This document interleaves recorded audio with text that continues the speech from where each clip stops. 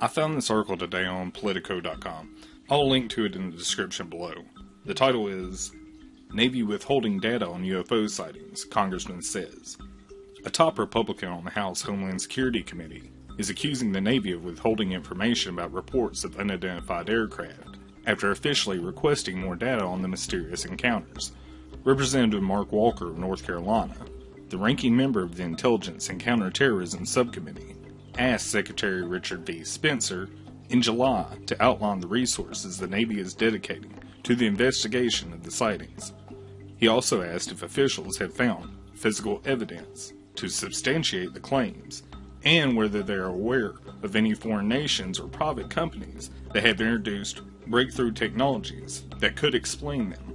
Navy Undersecretary Thomas Modly responded in a brief letter on July 31st that the Department of the Navy takes these reports very seriously and continues to log sightings and fully investigate the accounts. But Walker said he is discouraged by the Navy's seemingly unwillingness to provide his committee with more data about the so-called unidentified aerial phenomenon, the term the Pentagon prefers over the more traditional unidentified flying objects, or UFOs.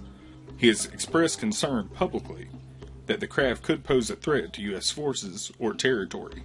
While I am encouraged, the Undersecretary of the Navy confirmed that UAP encounters are fully investigated.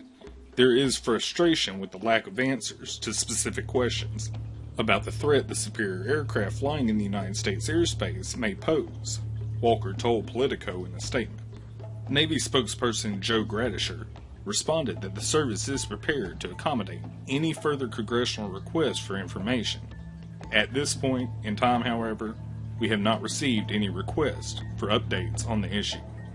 Congressional interest in the unidentified aircraft reports have grown since revelations by Politico and other news outlets in late 2017 that the Pentagon had investigated the sightings through a program established a decade earlier by former Senator Harry Reid of Nevada. Among the revelations were sightings reported by pilots and other personnel assigned to the USS Nimitz and the USS Theodore Roosevelt battle groups in 2004, 2015, and 2016, including footage of unknown aircraft exhibiting characteristics that appear to defy known aerodynamic properties. The Pentagon also financed a series of theoretical studies to try to explain how the aircraft might operate, ranging from detection and high-resolution tracking of vehicles at hypersonic velocities to warp drives, dark energy, and the manipulation of extra dimensions. Members of Congress on several oversight committees have also sought classified briefings from the Pentagon on the research in recent months. Now, this is the main reason I don't believe UFOs are from Earth. Before I get into it, here's a clip from the pilot from the Nimitz encounter and what he claims to have witnessed. November 2004, I had just taken over of command of Strike Fighter Squadron 41, the Black Aces. We were in the midst of workups, which was a kind of a ref tray Comp 2X. It was a 2-month at-sea period from the beginning of November until just before Christmas. And in this case, we were a little bit southwest of San Diego, usually about 60, 70 miles off the coast. I don't know exactly where it was at that day. So he's pointing east, so it would be on the right-hand side of the airplane, just forward of the wing line, is this little white, which looks like a tic-tac, which is why we call it the tic-tac, and it's moving around erratically, so it's doing this. It's not hovering, it's moving, just randomly around, not fast, just kind of left, right, forward, and back. There's no rotor wash, which you would see from a helicopter. It's just this odd object. It's about the size of an F-18. So, 40-some feet long. It has no wings. I don't see any exhaust plume, like an older airplane would have smoke. There's none of that. So as I get down to I'm probably about 60 degrees nose low pulling through the bottom, it starts to accelerate. It has an incredible rate of acceleration, and it takes off and it goes south. And it takes off like nothing I've ever seen. It literally is 1 minute it's there, and the next minute it's like poof, and it's gone. Now you have to think about this. This is a pilot in probably the most advanced aircraft on the planet, and he's seeing things that he has no explanation for. He's a believer that this stuff was not of this earth, and probably the main reason was it was doing things that, he knows that aircraft can't do. If you're talking about any kind of sudden acceleration or deceleration or 90-degree turns without slowing down, the G-forces involved would, crush anybody. And not only that, I've heard the argument that maybe these are some kind of drone technology, but even that, electronics and some kind of system like that are going to get crushed just as easily as human bones. We don't have anything material-wise that could withstand forces like that. And if we did, I really hope they'd be putting it on the outside of tanks or making body armor out of it, because it would be damn near indestructible. The article continues.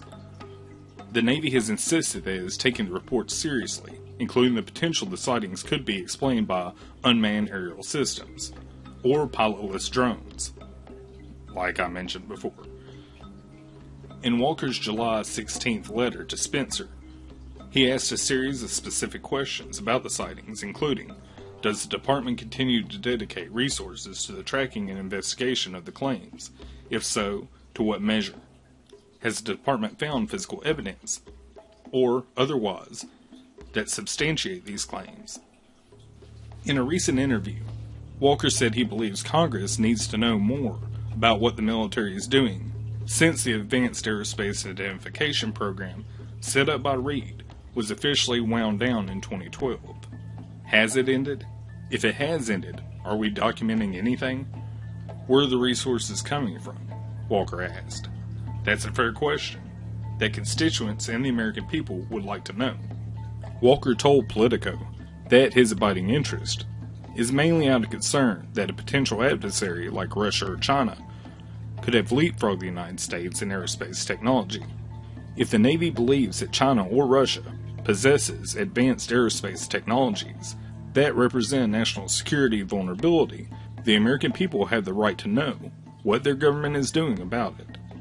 In a recent interview, Walker, a former pastor, also acknowledged that he is open to the possibility that there is no easy explanation for the sightings, or that the answer could change how humanity perceives the known universe.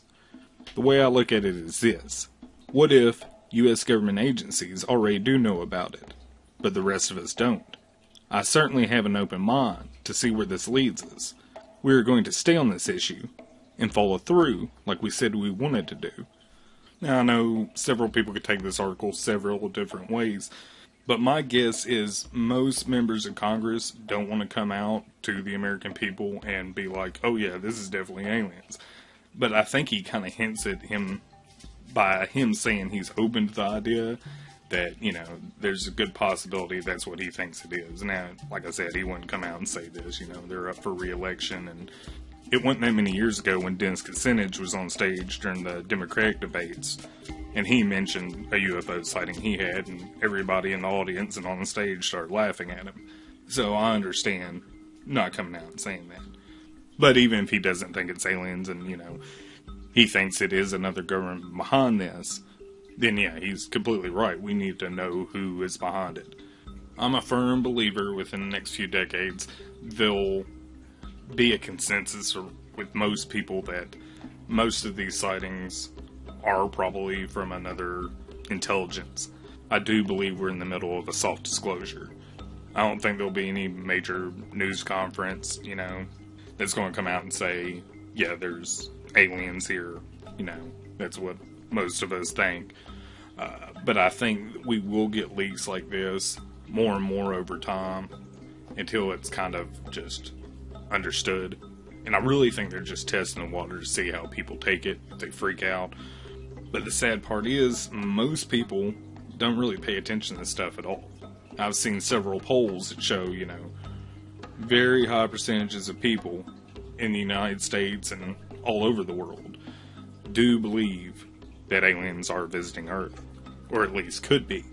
But the average person isn't going to take this that seriously.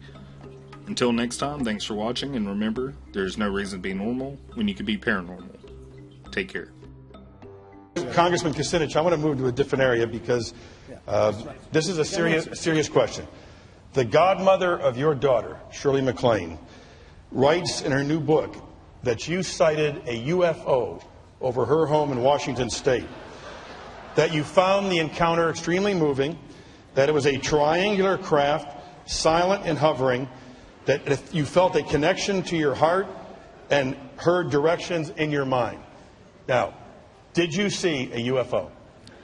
I did, and the rest of the account, it was unidentified flying object, okay? It's like, it's unidentified. I saw something. Now, to answer your question, I'm moving and I'm also going to move my campaign office to Roswell, New Mexico, and another one in Exeter, New Hampshire, okay? And